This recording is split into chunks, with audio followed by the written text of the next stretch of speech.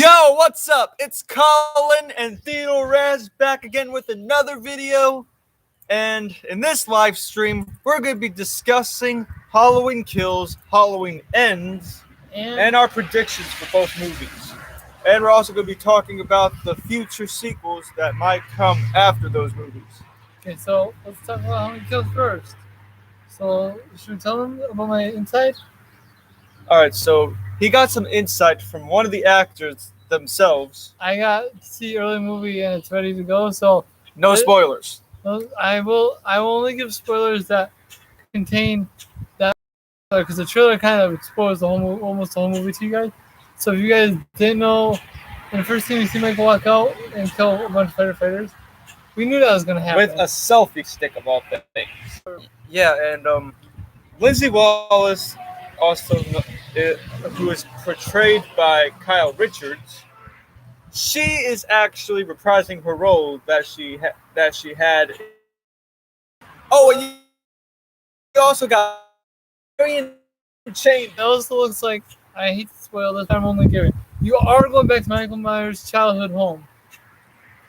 And because if you guys didn't see the trailer, say, if you fall the victim, it's a straight line to Michael Myers' childhood home.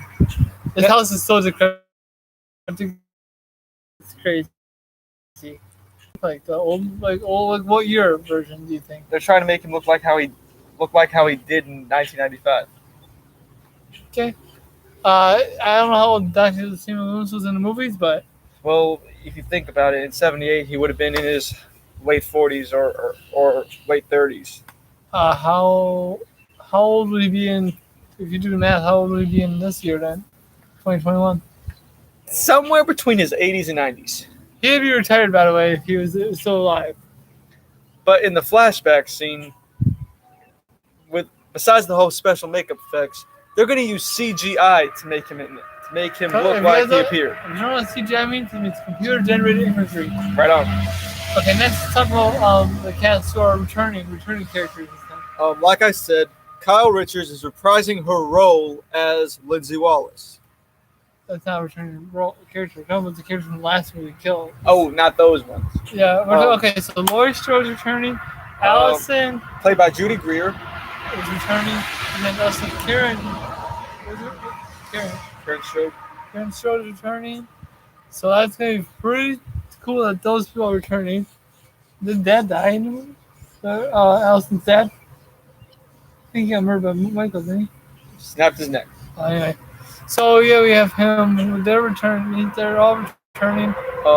Michael is going to be played by James Drew Courtney, but also played by Nick Castle. Nick Castle's the stunt version of Michael. Now, what about Sheriff Hawkins? What about him?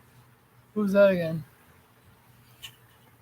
He was the sheriff who took over.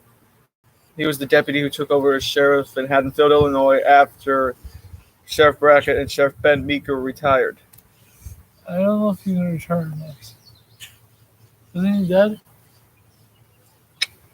Guys, Sheriff Brackett's returning this one. Yep. He's coming out of retirement to hunt down Michael again. And of course, the same actor, once again, is reprising his role as Sheriff Lee Brackett, played by Bill Cipher. Is he the one who played in 1978? Uh-huh. Now, predictions on who's going to die.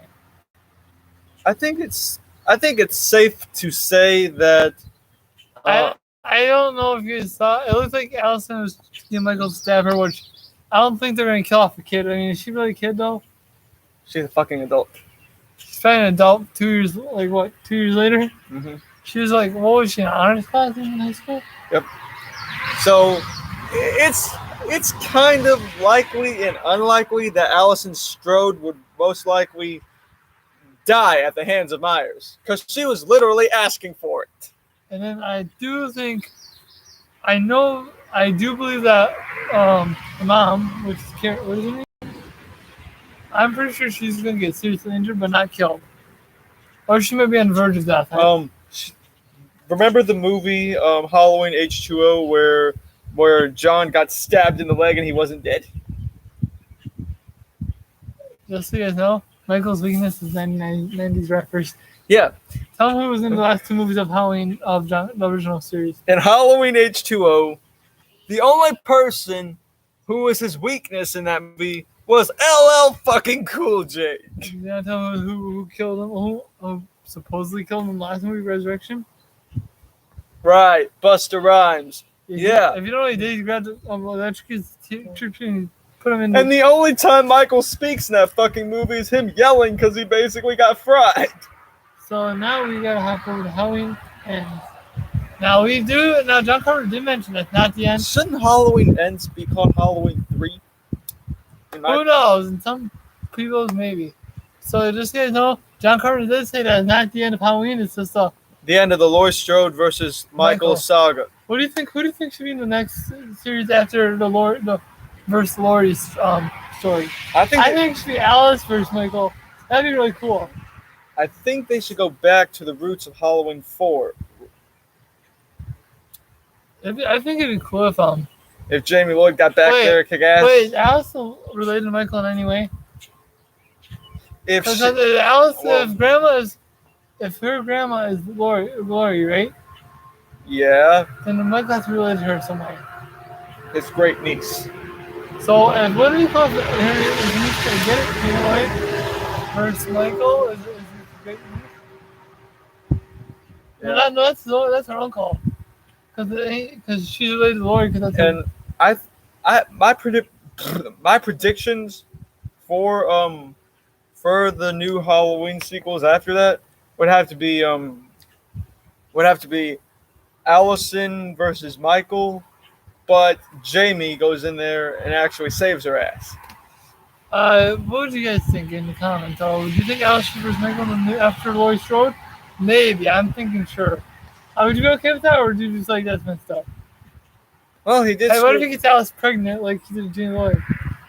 That'd be messed up. That was fucked up. No, they should bring back Steven when he's an adult. You want to tell him how we find out that Jamie got pregnant by your uncle? You want to tell how? All right. In the producer's cut of Halloween 6, The Curse of Michael Myers, or the producer's cut title, The Origin of Michael Myers. Yes.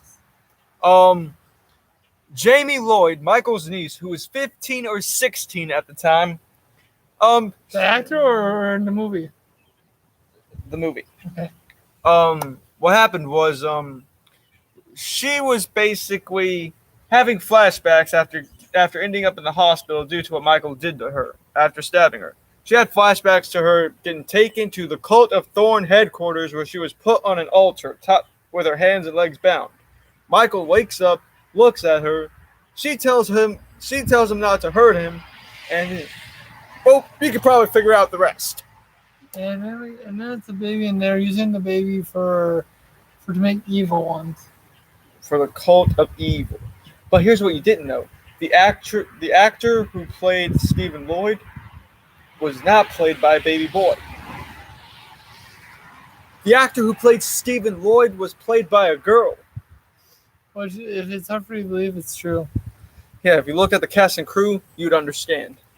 Now, did Thorn get destroyed at all in the Halloween sequence? Michael just leaves without saying a word in a trench coat and a hat. Guys, just so you know, if you didn't know what the Curse of Thorn symbol looks like, you want to tell me what it looks like? It's basically the Druid's thorn on his wrist that prevents him from dying. It basically gives him immunity to death. Did he have since he was a kid? Well, you never see it on his wrist when he's a kid. So it was probably until he was a teenager until he got the tattoo. I also have questions for my fans if you want to answer them. That's true. Okay, this is not going to be connected to what we're talking about, but I'm sorry, but my fans want to ask him questions because he's a Halloween god, but I'm the Friday the 13th god. So if you have any Friday the 13th questions, leave them for me and I'll answer. All right. Ready? Next, number one. They want to know. First of all, peace and prosperity. Why did Jamie become a psychic towards Michael? And why did she kill her stepmom during the ending of Halloween 4? What happened?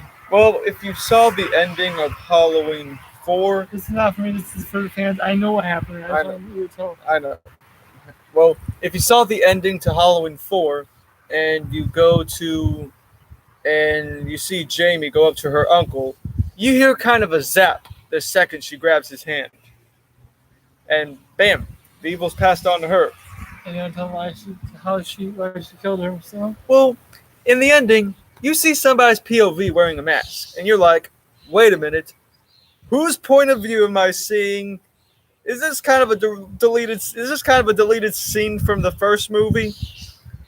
And you see later that it's Jamie who did it. And if you guys didn't notice, what outfit is she wearing? A clown costume. And who else wore that in 1978? Young Michael Myers. No, 63 actually. Oh yeah, he didn't go. He broke out in 1978, right? At the age of 21. Anyway, Michael. But there is one thing you should know. She didn't use a knife this time. She used scissors, right? Mm-hmm. There is one thing you should know though. There was a rejected script by what was it? Daniel Farrens. He wrote the script for Halloween 5, but it wasn't originally called The Revenge of Michael Myers. It was called The Evil Inside of Me. Also, next question. They said, what's the difference between a director's cut and a producer's cut? Well, the director's cut gets right to the point. You mean like it shows like it's like the theater version basically? Exactly. It's the theatrical cut of it. It's like what you'd see in the theater if you went to the theater and watched a movie. But the producer's cut builds up the... So basically, it's the extended version of the movie, basically. It builds up the expedition between the characters, building them up as the movie plays out. Next one, they said, what do you like better? Do you like John Carpenter's original or Rob Zombie's? You want to compare what they did with John Carpenter's and Rob Zombie's first movie? Well, let's talk about the differences they did. First off, the actors are different. It's Michael Castle for John Carpenter and Tyler Mane for Rob Zombie. And it's William Sandon for 1978, Young Michael, and Daeg Faerch for Young Michael. Let's talk about what was Young Michael and John Carpenter's? Daeg Faerch. Okay. But just so you guys know, he's 6 years old. This one is kind of different because Michael dies in the second one. But in the not the redirected version, but in the Rob Zombie version, he's 10 years old. And he's 6 years old. It's like basically 4 years older than he was in the original. Well, you got to think, if you're going to make a remake of a classic movie, you got to change things up. Now, did Rob Zombie contribute to the original? Did he do anything to pay tribute? He only did one thing. Tell him what they did, what he did to pay tribute to. Dr. Loomis's speech. What's the speech? I met him 15 years ago. I was told there was nothing left. No reason, no conscience, no understanding. Neither the rudimentary sense of life or death, good or evil, right or wrong. I met this 6-year-old child with this blank, pale, emotionless face and the blackest eyes. The devil's eyes. I spent 8 years trying to reach him and another 7 trying to keep him locked up because I knew what was behind that boy's eyes was purely and simply evil. Did he say that in the first one? Did he? Did he say that in the first one or in Rob Zombie's? He actually said it in both movies. But except he was with Sheriff Brackett in the Myers house in 78. We're going to talk about what he did in John Carpenter's and Rob Zombie's. He was unmasked in John Carpenter's first one, but he was not killed in that one, was he? No, because he tried to get his sister to remember him. And then in the second one, instead of getting his mask shot off, he pulls off and pulls out a picture of those two as kids. But here's the thing.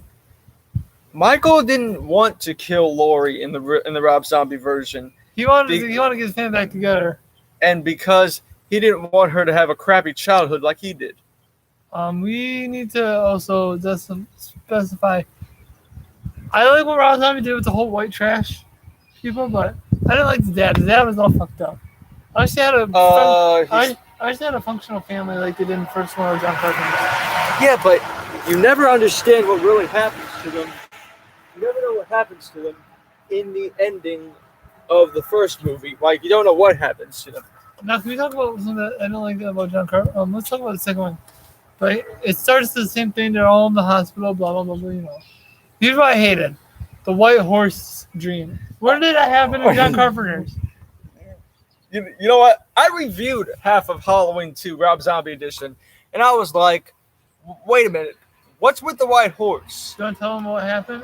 Tell them about the flashback in the white horse before we get back. Give me a second. I was like, wait a minute. What's with the white horses in this damn movie? Is it because of all the crack that Rob Zombie has been smoking, or all the coke he's been snorting before he shot and filmed Halloween 2? You want to tell them about why the white horses are so significant to the second movie? Well, in the opening of the movie, it says the white horse symbolizes a path that's linked between the spiritual and physical world, also known as it helps some people cope with their own demons, something like that. Michael does say to his mom before she died, because she died in the first one, she shot herself. He says that I had a dream that you were in a white dress and you were going to take me home, and obviously we knew that wasn't going to happen anytime soon. And so that was before she shot herself. If you saw a deleted scene of Halloween 2, Dr. Loomis did say that he was the adopted father of Michael Myers. You guys want to tell me who he killed in the first movie at home when his mom was at the strip club? I don't know why she said strip. She was a stripper. Well, no shit. Okay.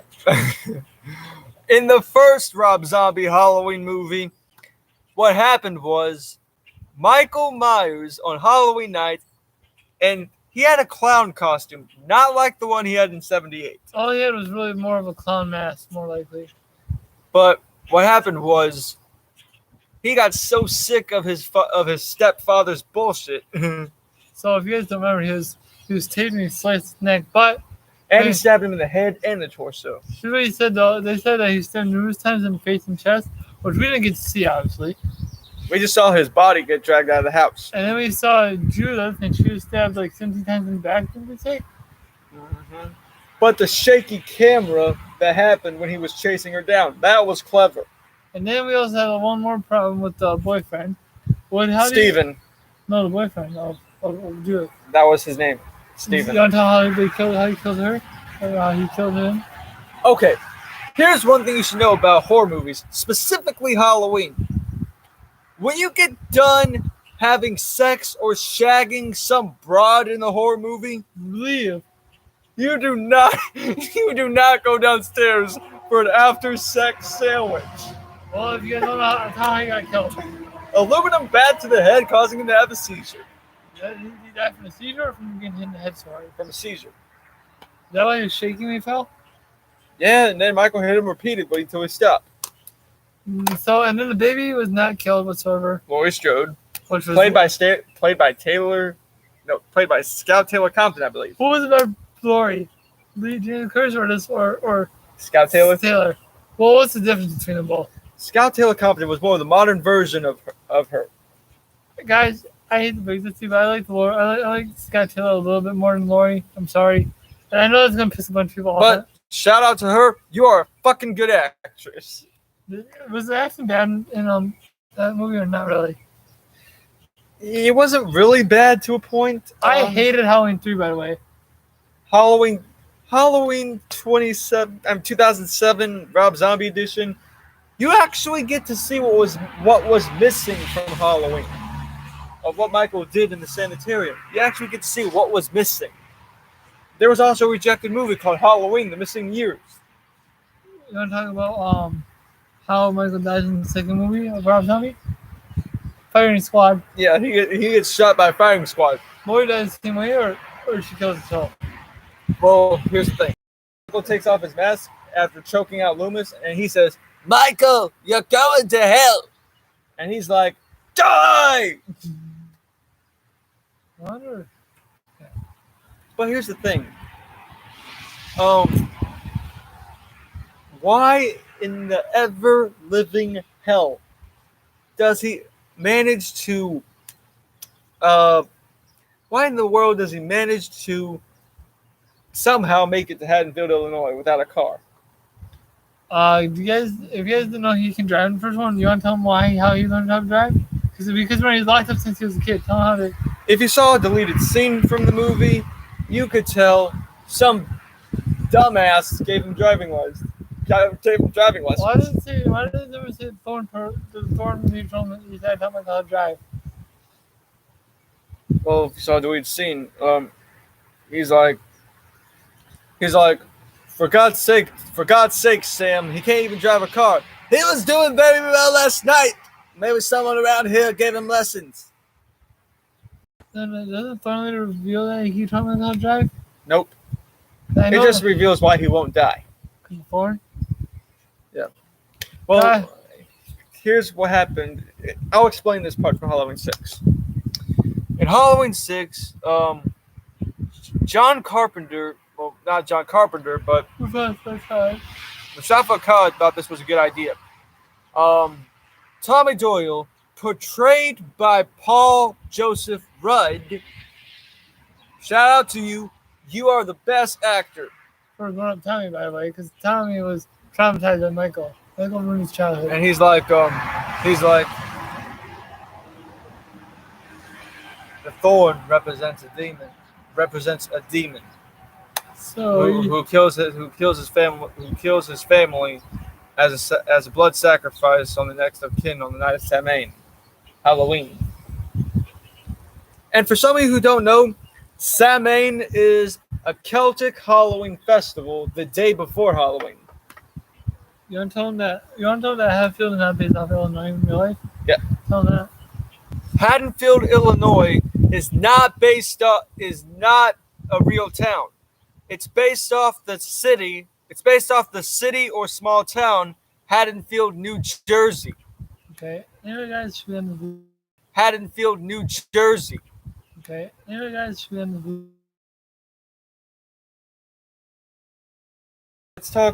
Let's talk about the rejected sequels that barely made it to the screen. No, we can't do that because that's against the law. We could just say the title.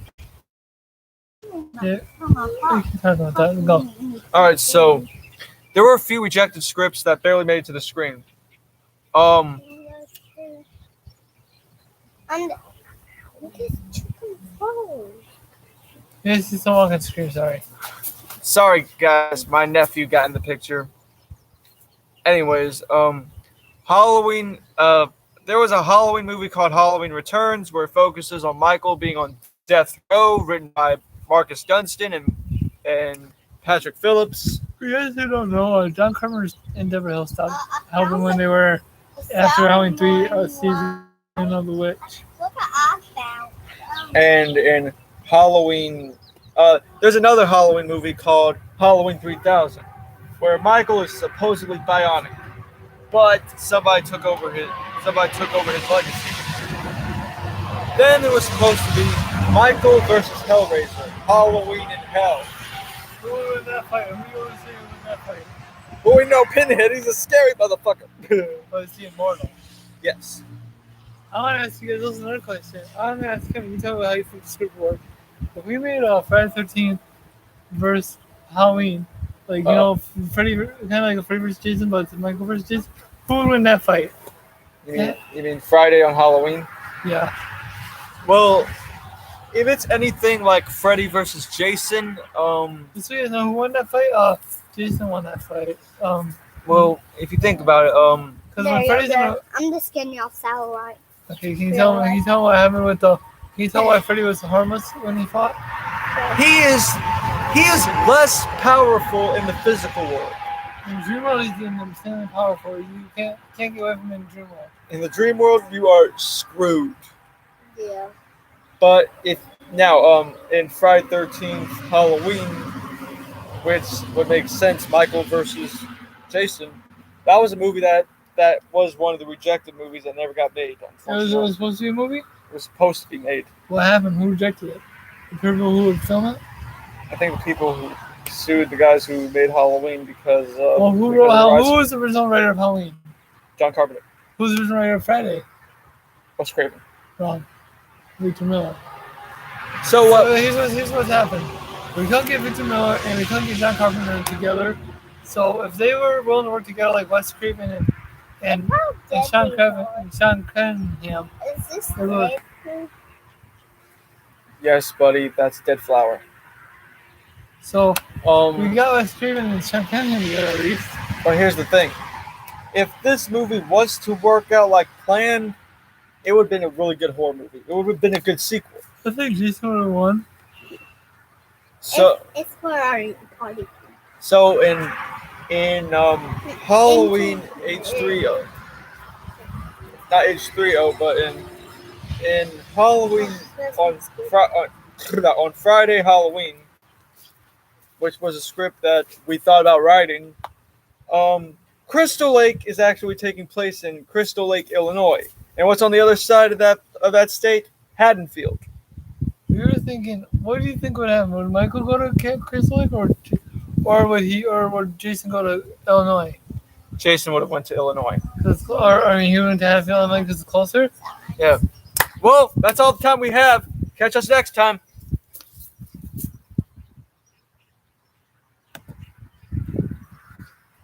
That's all YouTube channel. Yep. Yeah,